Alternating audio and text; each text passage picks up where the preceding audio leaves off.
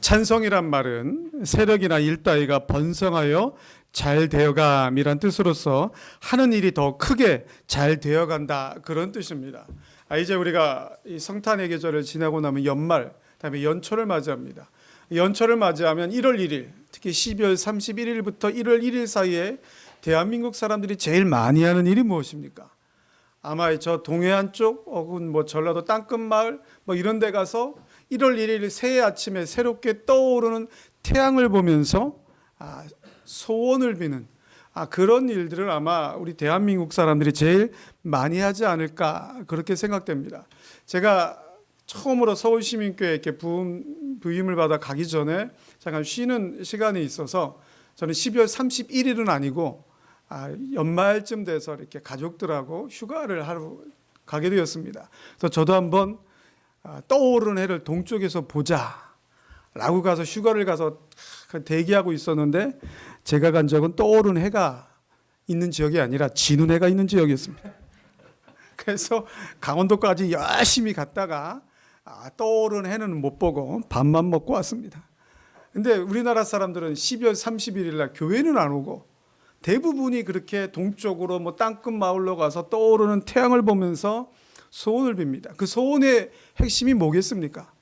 바로 오늘 창성이라는, 하는 일이 더 번성이 되고 잘 되어가고 뭔가 크게 되기를 바라는 마음에서 이렇게 소원을 빌지 않나 생각됩니다.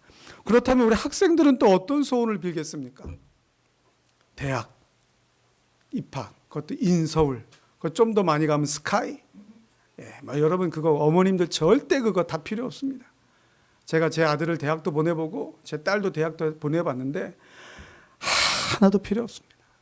하나님 뜻에 맞게 기도하고 그 뜻을 품고 가는 것이 중요한 것이지, 인서울, 무슨 스카이, 물론 제 아들이 스카이 대학을 나온 거는 절대로 아닙니다. 목사님 아들이 거기 못 갔으니까 이런 말을 하시죠. 그렇게 생각할 수도 있겠습니다만, 어쨌든 중요한 것은 세상 사람들은 뭔가 잘 되고 크게 되기를 바라고 빌고 있다라는 것입니다. 우리 신앙인들은 어떻습니까? 우리는 과연 하나님 앞에 와서 무엇을 기도하고 있습니까? 하나님 앞에 와서 하나님 이것 잘 되게 해주세요, 이거 크게 해주세요, 이거 이렇게 번창하게 해주세요, 그렇게 하나님 앞에 나오고 있다면 세상 사람들의 관점에서 보면 우리는 그 사람들과 똑같은 겁니다. 다른 것이 하나도 없는 것입니다. 그 세상 사람들이 태양을 보면서 자기들이 잘 되어 가기를, 자기들의 사업장이, 가정이, 학업이 크게 번성하게 되기를 기도하는 것이나, 교인이라고, 기독교인이라고 하는 사람들이 교회에 와서 자기의 사업장이, 자기가 하는 일이, 내 학업이 크게 잘 되어 가기를 기도하는 것이나 똑같은 것이다라는 것입니다. 여러분, 그렇다면 우리는 왜 교회에 나와서 기도하고 있느냐? 왜 하나님 앞에 나와 기도하고 있느냐? 왜 하나님은 하나님의 사람들을 창성케 해주겠다고 약속을 하고 있느냐라는 것입니다. 여러분, 그것은 세상의 사람들이 떠오르는 해를 보면서 소원을 비는 것과 우리 교인들이, 신앙인들이 하나님 앞에 나와 기도하는 것의 차이점은 뭐냐? 세상 역사의 주관자가 누가 되시느냐? 세상 역사의 절대 주권자가 누가 되시느냐, 그것을 인정하느냐 안 하느냐에 따라 달라지는 것입니다. 세상 사람들이 복을 비는 것은 세상 역사의 주관자가 누구인지를 모르는 거예요. 어쩔 때는 태양이고 어쩔 때는 달이고 어쩔 때는 권력 있는 권력가고 어쩔 때는 돈 있는 재력가가 되는 것입니다. 그러나 진짜 신앙인이라고 한다면 하나님을 절대 주권자로, 창조주여 구원주여 이 세상 모든 역사 만물을 다스리는 하나님으로 인정하고 믿는 것, 그것이 바로 우리와 세상 사람들의 차이점인 것입니다. 오늘 본문 말씀이 그것을 강조하고 있습니다. 오늘 본문 말씀에 보면 바벨론의 포로가 되어 아무런 희망이 없는 이스라엘 백성들에게 구원과 회복의 약속을 말씀하시는 하나님을 증거하고 있습니다. 바벨론의 침공으로 말미암아 황폐하게 된 시온의 땅을 회복하실 것이며 바벨론의 포로가 되어 아무런 희망이 없고 절망과 한숨뿐인 이스라엘 백성들을 다시 회복시키시다 창성하게 하실 것이다 라고 여호와의 말씀이 증거하고 있는 것입니다. 여러분, 그렇다면 하나님이 왜 이스라엘 백성들을 이렇게 다시 회복하고 창성하게 하시겠느냐라는 것입니다. 여러분, 이때 당시 이스라엘 백성을 보십시오. 하나님을 섬겼습니까? 아닙니다. 우리가 좀 전에 예배 중에 십계명을 고백했듯이 여호와 하나님만 섬기라고 분명히 고백을 했는데, 그렇게 여호와 하나님만을 섬기라고 선택한 백성인데 이스라엘 백성이 하나님만 섬겼습니까? 가나안에 들어가서 자기들 눈에 좋아 보이는 대로 마음껏 우상 숭배했습니다. 바알이 좋으면 바알을 섬기고 아세라가 좋으면 아세라 섬기고 이것이 좋으면 이것 섬기고 눈에 보이는 대로 내 취향에 맞는 대로 우상을 섬겼습니다. 그렇다면 어려운 일이 있을 때 하나님만 의지했습니까? 아닙니다. 하나님을 의지했다가 눈에 보이는 것이 뭐 좋은 것이 없으면 그 우방국가 이방 나라의 큰 권력을 가진 막강한 전투력을 가진 이방 나라들에게 가서 협조를 구했습니다. 그래서 결국 징계 차원으로 바벨론에 포로가 되어간 것입니다. 그렇다면 이렇게 하나님을 믿지도 않고 우상만 섬기며 하나님을 의지하지도 않고 이방 나라를 의지했던 이 이스라엘 백성들을 하나님이 왜 회복을 시키고 다시 창성케 해주시겠느냐라는 것입니다. 세상의 관점에서 보면 이스라엘 백성들은 배신자입니다. 그렇지 않습니까? 그렇게 하나님 하다가 뭐 언제 그랬냐는 듯이 자기들 눈에 좋아 보이는 대로 마음껏 다른 우상에게 제사하고 절했지 않습니까? 하나님 하다가 전투력이 많은 큰 애굽 나라 여러 가지 앗수를 막 섬기지 않았습니까? 세상의 관점에서 보면 이스라엘 백성은 배신자입니다. 그럼에도 불구하고 왜 하나님이 이스라엘 백성을 다시 바벨론에서 회복하여서 이스라엘 선민의 땅으로 인도하시고 그들을 창성케 하시겠다라는 약속을 해주시고 있느냐? 하나님의 관점과 세상의 관점이 틀리기 때문입니다. 세상에서는 어떻게 볼지 몰라도 하나님 보시기에는 하나님이 창세전부터 택한 백성이다라는 것입니다. 하나님이 창세전부터 택하여 구원하기로 약속한 민족이다라는 것입니다. 하나님이 택하였고 하나님이 약속했다라는 것입니다. 우리도 마찬가지입니다. 세상에서 관점에서 보면 오늘 이 추운 날에, 이 칼바람 부는 이 날에 교회와 앉아있는 여러분은 그냥 기독교라는 종교를 가진 종교인입니다. 절에 가는 사람도 있겠죠.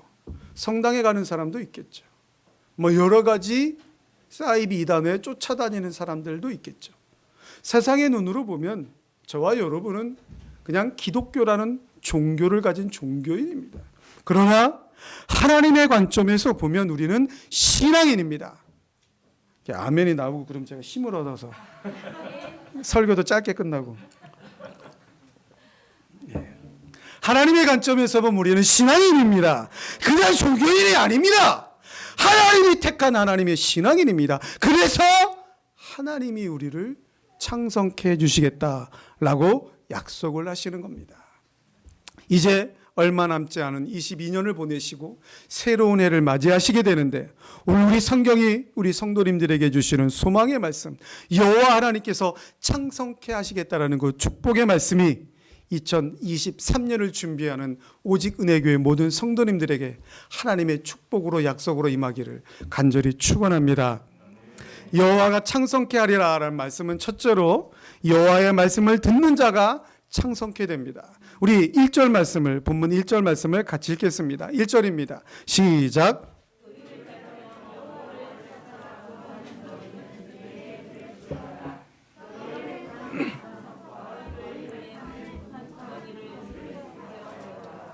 아멘. 오늘 본문의 1절 말씀은 여호와의 말씀을 따라 행하며 의를 좇는 자들을 여호와께서 구원하실 것이므로 고난 가운데서도 낭망하지 말라는 그런 위로의 말씀인데, 오늘 이 본문 말씀의 원래 원문에 보면 너희는 나를 들을지어다 라는 말씀이 맨 앞에 나와 있습니다. 그러니까 무엇입니까? 맨 앞에 너희는 나를 들을지어다 라는 말이 맨 앞에 나와 있다는 것은 하나님의 말씀을 들어야 된다는 것이 최고 강조점 요점이다라는 것입니다. 하나님의 말씀을 들어야 된다라는 것이 바로 종교인과 신앙인의 차이점이다라는 것입니다. 하나님의 말씀을 들어야 된다라는 것이 바로 신앙인의 절대적인 특징이다라는 것입니다. 그리고 의를 좇으며 여호와를 찾는 자라는 말씀은 여호와 하나님께서 정하신 의를 따라 살며 여호와 하나님의 뜻을 찾아 순종하는 삶, 그것을 의미하는 것입니다. 이스라엘 백성들은 바벨론이라는 땅에서, 이 이방의 땅에서 그릇된 신앙, 그 바벨론 나라가 가지고 있는 우상 종교의 신앙을 강요당하면서 우상이 판치는 그곳에서 미신적인 풍속을 따라 살면서 여호와 신앙을 포기하도록 그렇게 끊임없이 핍박과 유혹을 당하며 살았습니다. 여러분, 이방 나라에 살면, 바벨론이라는 나라에 살면 바벨론 그 우상 종교를 강요받게 되는 것입니다. 우리나라가 옛날에 일제강점기 때 무엇을 강요받았습니까? 신사참배를 강요받지 않았습니까? 여러분, 근데 정말 중요한 것이 무엇입니까? 총칼이, 채찍이, 매가, 몽둥이가 신앙을 버리게 하는 것이 무서운 것입니까? 아니면 기독교 신앙보다, 하나님보다 더 좋은 것을 가지고 유혹을 하는 것이 더 어려운 것입니까?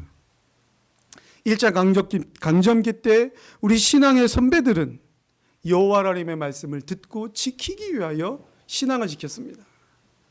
아무리 몽둥이가, 채찍이, 매가 위협한다 할지라도 우리 신앙의 선조들은 여호와의 말씀을 지켰습니다. 여호와의 의를 찾아 살았습니다. 주기철 목사님, 우리가 잘 알고 있는 대로 주기철 목사님은 순교를 당하면서까지 그 여호와의 말씀과 의를 지키며 살았다라는 것입니다. 그런데 여러분, 유혹이라는 것은 정말 견디기 힘듭니다. 유혹이라는 것. 이렇게 칼바람 부는 이 추위에 집에서 예배 드려도 되지 않습니까? 이 코로나 시국에 꼭 교회 나가야 됩니까? 오직은혜 교회는 얼마나 영상이 잘 이렇게 펼쳐집니까? 저도 자주 들어가 봅니다. 새벽마다 저도 봅니다. 지금 다른 새로 준비를 하고 있기 때문에 새벽마다 저도 봅니다. 얼마나 영상이 잘 나옵니까? 그럼 이렇게 칼바람 부는 추운 날, 이때를 위함이다. 우리 강민수 목사님이 영상 예배를 이렇게 잘 만들어 놓는 것, 이때를 위함이다. 집에 있어도 되는 거 아닙니까?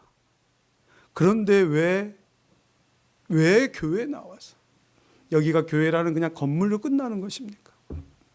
하나님의 성전, 하나님의 임재가 있는 하나님의 성전, 그 하나님의 성전에 나와 하나님 앞에 예배를 드리며 찬양을 드리는 것, 여호와 하나님을 만나러 간다. 그것이 바로 여호와 하나님의 말씀을 듣고 여호와 하나님의 의를 찾아 순종하며 사는 것입니다. 이스라엘 백성들은 바벨론에 사는 동안에 핍박과 유혹 때문에 지금 하나님 신앙을 버리도록 그렇게 강요받고 있었다라는 것입니다. 그리고 여기 여호와의 말씀을 들을지어다, 이 들을지어다라는 말은 단순히 듣는 데서 끝나는 것이 아니라 말씀대로 순종하며 살겠다는 결단, 의지적인 결단까지 요구하는 것입니다. 즉 바벨론에서 하나님을 버리도록 강요받았던 그 이스라엘 백성들에게 하나님은 내가 다시 너희를 회복하여서 내가 다시 너희를 창성케 해줄 것인데, 그러려면 하나님의 말씀을 들으라는 것입니다. 듣는 데서 끝나는 것이 아니라 지키며 살겠다라고, 순종하며 살겠다라고 의지하고 결단하고 계속해서 그것만 추구하며 살아라. 그것이 바로 하나님이 요구하시는 첫 번째 요구사항이었습니다. 여러분, 오늘날과 같이 극도로 개인주의가 발달한 사회, 민주주의가 발달한 사회, 자유를 주다 못해 방종까지 허락하고 있는 이런 사회에서 절대 권력과 통치자의 말을 듣지 않는다라는 것이 뭐 큰 죄입니까? 뭐 얼마 전부터 저는 어떤 대통령도 지지하지 않습니다. 오해 없으시기 바랍니다. 근데 대통령 욕하는 거 큰일 아니지 않습니까? 내 마음에 드는 대통령이면 잘한다 그러고, 내 마음에 들지 않으면 이건 대통령도 아니고 세상에 그런 아주 나쁜 사람은 또 없는, 마음껏 욕하지 않습니까? 대통령 욕한다고 잡혀갑니까? 절대 그런 일은 없습니다. 그러나 여러분, 왕이 모든 것을 다스리는 고대 절대 군주 사회에서는 왕의 말을 듣지 않는다면 낙인을 찍혀 죽여버리는 것입니다. 배신자입니다. 왕의 명령을 어겼다, 그 순간 배신자로 죽는 것입니다. 민주주의에서는 다수결의 원칙이 허용이 됩니다. 그것이 맞습니다. 그러나 하나님과의 관계에서 민주주의는 없습니다. 하나님과 나의 신앙의 관계에서 다수결의 원칙은 없습니다. 하나님과 나의 신앙을, 하나님의 말씀을 지키며 따라 살아가는, 하나님의 말씀을 쫓아가는 삶에는 다수결은 없습니다. 코로나19 아닌 그보다 더한 전염병이 와서 모든 사람들이 다 대다수가 교회에 나오지 않는다 할지라도 나는 교회에 나가는 것입니다. 그것이 바로 신앙의 일입니다. 세상에 많은 사람들이 대형교회 가서 저 뒷자리에 앉아있다가 돌아가고, 대형교회 다닌다라는 자기 만족으로, 얼마나 큰 교회 다닌다라는 그 만족으로 그렇게 자기 신앙을 내세우고 있을 때, 그런 다수결이 아니, 나는 정말 하나님과 나 사이의 1대1의 관계 속에서 하나님을 순종하며 살아가겠다라는, 그것이 바로 진짜 신앙인과 하나님과의 관계인 것입니다. 그러한 신앙인이 진짜 여호와의 말씀을 지키며 여호와께서 주시는 창성케 되는 복을 누리는 사람입니다.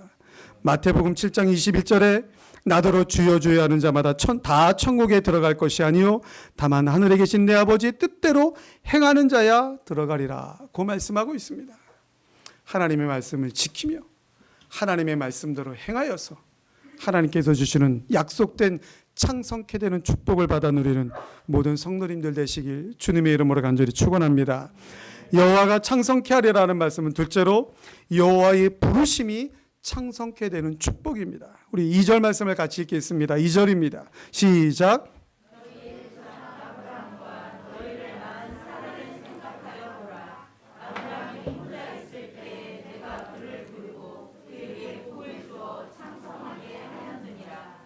아멘. 지금 하나님께서는 이스라엘 백성들에게 아브라함과 사라를 생각하여 보라고 말씀하고 있습니다. 이 생각하여 보라는 말씀은 관심과 흥미를 가지고 열심히 쳐다보는 것을 의미합니다. 즉 다시 한번 관심과 흥미를 가지고 아브라함과 사라를 한번 좀 생각해 보라는 것입니다. 여러분, 아브라함과 사라를 생각해 보라는 것이 무엇입니까? 아브라함이 아무것도 없을 때 하나님께서는 하늘의 별을 보여주시고 바닷가의 모래를 상기시키면서 내 자손이 그렇게 많아지리라, 창성케 되리라고 약속을 해 주셨습니다. 여러분, 하나님께서는 아브라함이 아무것도 없을 때 이미 아브라함에게 자손들로 하여금 흥왕케 되는 축복을, 소망을 주셨던 것입니다. 또한 너희를 낳은 이란 말씀은 고통으로 인해 몸을 뒤틀면서 진통하며 산고를 겪으며 자식을 낳는 모습을 말하는 것으로서 사라가 정말 큰 고통을 겪으면서 그 자식 이삭을 낳은 것을 말합니다. 분명 사라가 낳은 자식은 이삭인데 하나님은 지금 그 사라가 낳은 자식이 이스라엘 자손이다 라고 말씀하면서 그렇게 이스라엘 자손을 회복시켜 줄 것을 강조하고 있는 것입니다. 여러분, 아브라함이 독자 이삭을 낳을 때 사라는 경수가 끊어진 지 오래다라고 분명히 말씀하였습니다. 여자의 경수가 끊어졌다라는 것은 이미 절대 자식을 낳을 수 없다라는 것입니다. 요즘 같은 시험관 아기가 그런 기술이 발달해도 안 될 것입니다.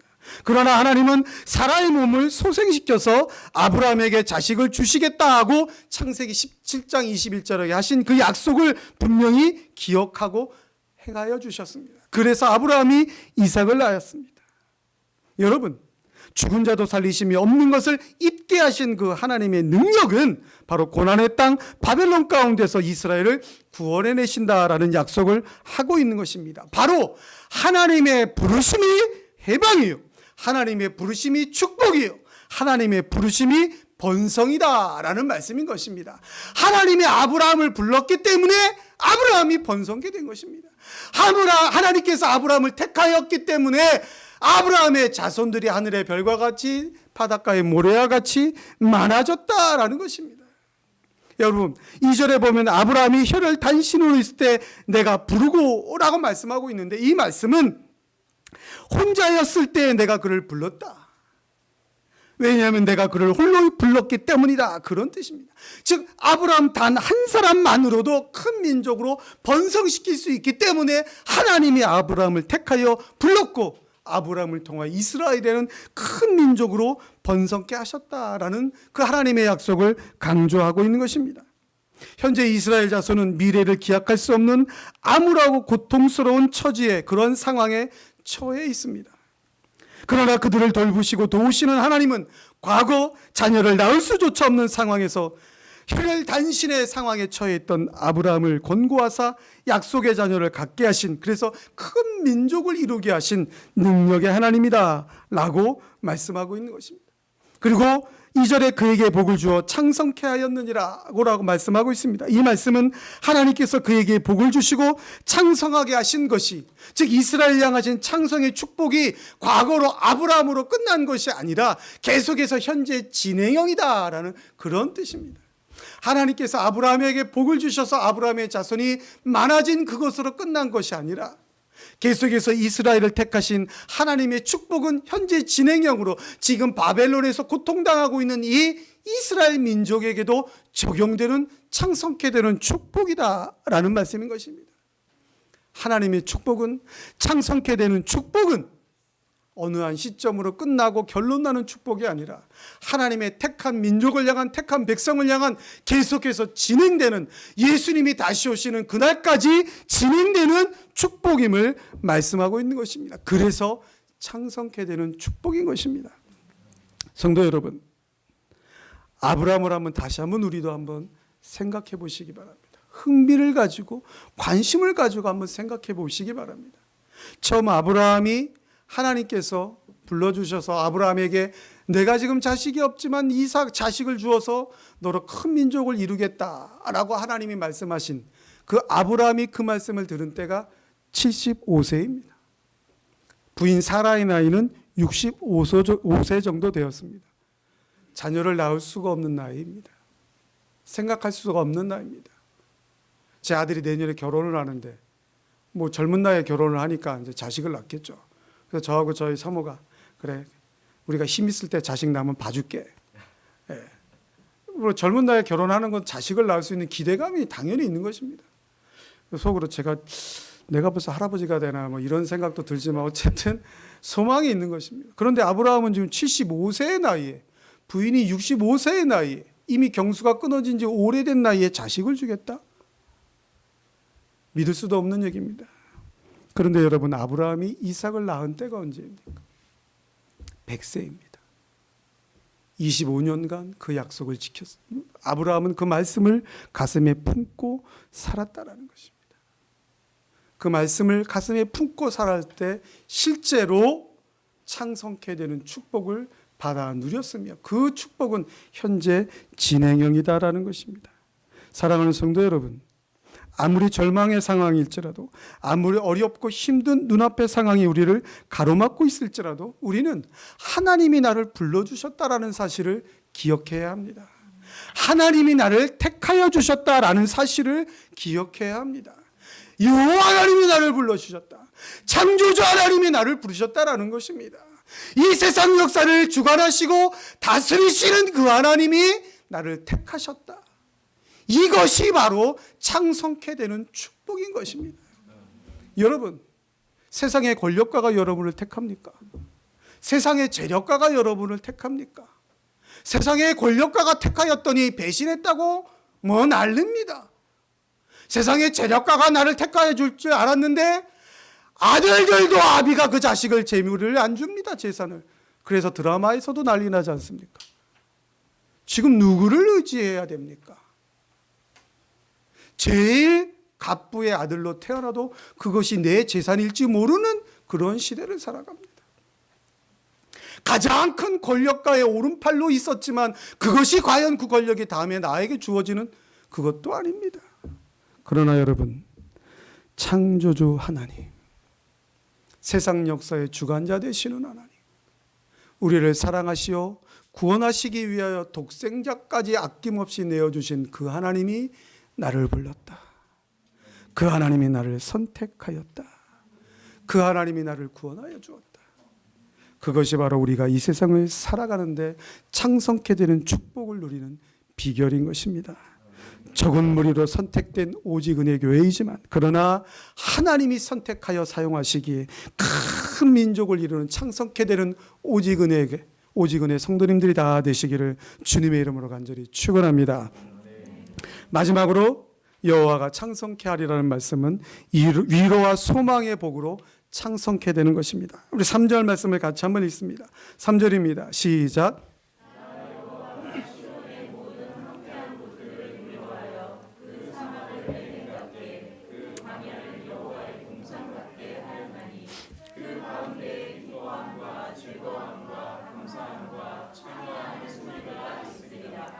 아멘. 여기 위로하다라는 말은 숨을 깊이 들이시다라는 뜻으로서 타인과 관련하여 사용될 때는 동정의 마음을 갖다, 그런 뜻입니다. 이 단어가 구약 성경에서는 약 100개 정도 사용되었는데 주로 여호와 하나님께서 하나님의 백성들을 회복하고 위로하는 간곡한 하나님의 심정을 나타낼 때 사용된 단어입니다. 이 위로하다라는 말은 황폐된 이스라엘 자손을 온전한 상태로 회복시키고자 하시는 여호와 하나님의 적극적인 행위가 따르는 그 위로를 지금 말씀하고 있는 것입니다. 여러분, 지금 이스라엘 백성들은 바벨론의 포로로 잡혀와서 해방의 소망이 끊어졌다라고 생각하며 살아가고 있는 것입니다. 그러나 하나님은 이사야 선지자를 통하여서 이스라엘 백성들에게 하나님께서 다시 회복시킬 것이다, 하나님이 너희를 지금 위로하고 있다, 하나님이 너희를 지금 생각하고 있다, 하나님이 숨을 쉬던 너희를 지금 생각하고 있다 라고 소망을 주고 있는 것입니다. 황폐한 곳, 가뭄으로 인해 풀 한 폭이 없는 황무에 변해버린 그 땅 같은 이스라엘의 심정입니다. 그러나 그 황폐해버린 땅 같은 이스라엘을 하나님이 회복시켜서 다시 열매가 무성한 번성하는 땅으로 회복시킬 것이다 라는 이러한 소망을 주고 있는 것입니다. 여러분, 근데 진짜 중요한 것이 무엇입니까? 하나님은 지금 사막과 같은 광야와 같은 황폐한 땅과 같이 된 이스라엘 백성들을 분명히 생각하시고 그들을 위로하셔서 그들을 다시 회복시킬 것입니다.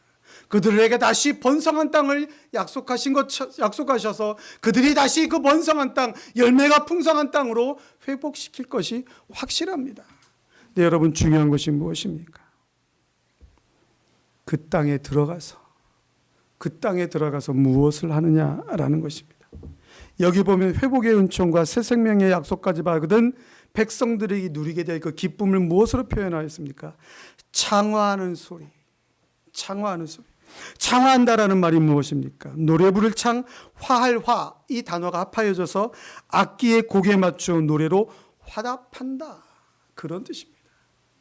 여러분, 하나님이 위로와 소망으로 회복하여 주실 때 그 하나님의 회복을 받은 백성들은 하나님을 창화하는 것입니다. 악기와 소리를 다 합하여서 여호와 하나님을 마음껏 노래하는 것입니다. 흥에 겨워서 마음껏 노래하며 하나님의 영광을 드러내는 것입니다. 하나님께서 주신 축복으로 말미암아 주체할 수 없는 그 흥겨움을, 하나님이 회복하여 주시는 그 놀라운 은혜를 주체할 수 없는 즐거움으로 표현하는 것입니다. 그것이 진짜 신앙인의 모습인 것입니다. 여러분, 몇 년 전부터 우리나라에는 트로트 열풍이 불고 있습니다. 트로트 열풍. 우리 이렇게 머리가 희끗희끗해지신 여자 성도님들, 특히 그 영웅한테 반해가지고 난리가 났었습니다. 제 가족 중에도 거의 미치는 사람이 하나 있어요. 막 영웅만 등장하면 난리가 나요. 막 어깨춤이 절로 쳐지고 막 그 따라 부르고 난리가 납니다. 왜 그렇습니까? 기쁘고 즐거우니까 화답하는 거 아닙니까? 그런데 여러분, 정말 우리가 하나님의 구원의 은혜를 생각하면서는 어떻게 화답하고 있습니까? 하나님의 놀라운 그 축복의 소망을 어떻게 화답하고 있습니까? 눈에 보이지 않으니까 축복이 와닿지 않습니까? 그 축복을 내가 아직 손에 만지지 못했기 때문에 창화가 안 나옵니까? 여러분, 하나님께서 주시는 축복은 소망으로 받는 것입니다. 믿음으로 받는 것입니다. 믿음으로 받고 찬양을 드리는 것입니다. 여러분, 우리의 믿음의 선조 다윗을 생각해 보십시오. 다윗은 사울에게 억울하게 쫓겨다닐 때도 하나님이 구원해 주실 것을 믿고 찬양을 드렸습니다. 하나님께서 주실 축복을 믿음으로 소망하며 받고 하나님을 찬양할 때 그 모든 것은 다 이루어졌습니다. 지금 이스라엘 백성들에게 주신 약속이 그것입니다. 너희들이 바벨론의 포로 생활을 청산하고 이제 다시 하나님의 약속의 땅 이스라엘로 돌아갈 때 거기서 창화하는 소리가 있을 것이다. 마음껏 하나님을 찬양할 것이다. 이것이 바로 이스라엘을 향한 하나님의 약속입니다. 지금 우리가 받은 축복이 무엇입니까? 지금 이 시대를, 방종의 시대를, 이 우리의 신앙이 마음껏 펼쳐지질 못하고 유혹당하는 이 시대를 우리가 살아가면서 우리가 받은 축복이 무엇입니까? 특히 코로나19 시대를 지나오면서 우리가 받은 축복이 무엇입니까? 그래도 마스크를 쓰고 있지만 찬양을 드리는 교회가 있지 않습니까? 하나님을 만나러 나올 성전이 있지 않습니까? 하나님의 진리의 말씀을 온전히 가감없이 선포해 주시는 성도들의 길을 간지럽히는 얘기가 아니라, 만담이 아니라 거룩하고 전능하신 여호와 하나님의 말씀, 진리의 말씀을 선포하시는 사자 목사님이 계시지 않습니까? 이것이 바로 우리가 받은 축복 아닙니까? 그 말씀을 통하여 축복의 말씀을 믿고 하나님 앞에 헌신할 때 우리가 이 세상에서 번성하고 창대케 된다라는 그 소망, 그 축복의 약속, 이것이 바로 오늘 우리가 받은 위로와 소망 아닙니까? 그렇다면 우리 창화해야 되지 않겠습니까? 여호와 하나님을 마음껏 찬양해야 되지 않겠습니까? 저는 마스크를 좀 빨리 벗어버렸으면 좋겠어요. 네. 저는 마스크를 쓰고 있으면 막 죽을 것 같아요. 저 코로나 안 걸렸습니다, 지금까지. 네. 우리 모든 가족이 다 걸렸는데 저는 안 걸렸어요. 그래서 그런지 마스크 쓰고 있으면 미칠 것 같아요. 빨리 마스크를 벗고 막 마음껏 하나님을 찬양하고 그렇게 했으면 좋겠습니다. 사랑하는 성도 여러분, 오늘 이사야 선지자는 여호와 하나님의 은혜와 축복에 대하여 말씀을 하고 있습니다. 당신의 사랑하는 백성들을 향한 하나님의 은혜는 징계가 목적이 아닙니다. 죄에 관영한 세상에서 바른 길을 가게 하시는 것, 그것이 바로 하나님의 목적입니다. 하나님만 섬기며 예배하며 하나님의 뜻을 실천하는 그 바른 길을 가게 하시기 위해서 하나님은 저와 여러분을 선택하여 주신 것입니다. 그리고 당신의 백성들이 바른 길을 가며 하나님의 일을 위하여 쓰임받을 수 있도록 축복해 주십니다. 그 축복은 바로 오늘 본문의 말씀처럼 창성케 하시는 축복입니다. 우리가 여호와 하나님의 말씀을 듣고 사모하게 하시며 우리를 당신의 백성으로 부르시어 창성케 하십니다. 위로와 소망으로 우리를 창성케 하십니다. 그리고 우리가 여호와 하나님을 창화하는 기쁨과 감사를 통하여 영광을 받으십니다. 이제 연말을 맞이하여서 새로운 해를 준비하는 2023년을 준비하는 우리 오직은혜 교회와 성도님들에게는 이런 여호와 하나님의 은총이 더 충만히 임하게 간절히 축원합니다. 여호와 하나님께서 창성케 하시는 완전한 은총이 우리 오직은혜 교회와 오직은혜 교회가 받은 사명과 그 사명 감당을 위해 쓰임받는 우리 성도님들, 가정과 생업에, 자녀들의 학업에 충만히 임하여 감사와 기쁨과 창함만 가득하길 우리 구주 예수 그리스도의 이름으로 간절히 축원합니다.